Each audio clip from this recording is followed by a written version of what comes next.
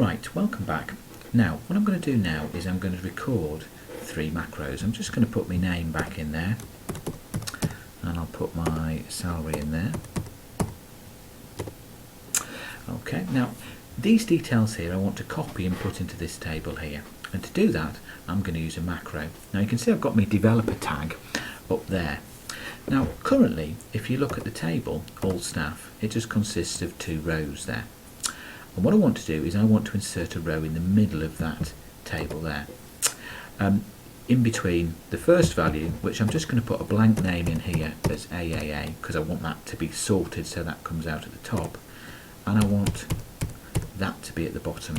So I'm going to just put ZZZZZ. The value I want in the middle is the value that I want. Now there, because I don't want to necessarily see that, what I'm going to do is I'm simply just going to format that, and I'm going to cheat a little bit, and I'm going to put the text as being yellow. So you can't see those values there, but they're there, which are going to help me later on.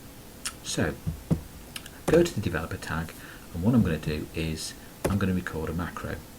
Now the first macro is going to be called insert, and this is simply going to add a row in my all staff table. Okay, so to do that, now everything I do now is actually recorded. You can see that because I've got the stop recording button at the top there. So into row 6, right click, and what I'm going to do is I'm going to insert and then stop recording. Having stopped recording, if you select all staff, you'll see that my table now has 3 rows in it, including one here where I can copy the details. So the next macro, if I record a macro, is I'm going to call copy. Copy new values into all staff table. Okay, again I've started recording, so I'm going to highlight what needs to go into the all staff table, Control C to copy, select row 6 and paste that in there.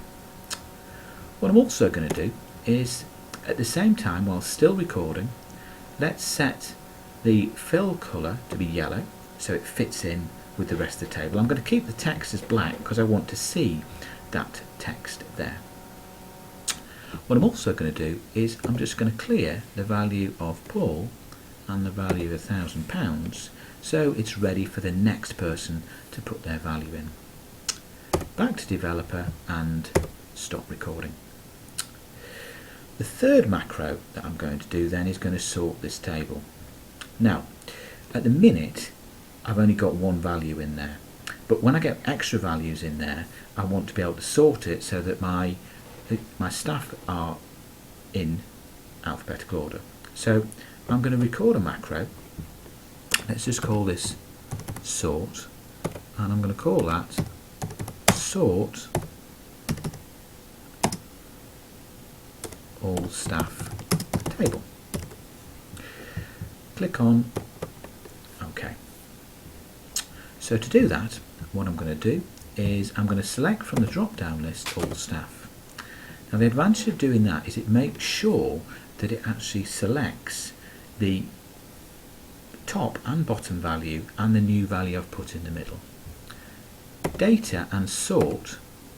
Now here what I need to be careful of is my data doesn't contain a header. I want to simply sort it by the column value A, and I'd like it from A to Z. Click on OK and stop record, and go back to developer to stop recording.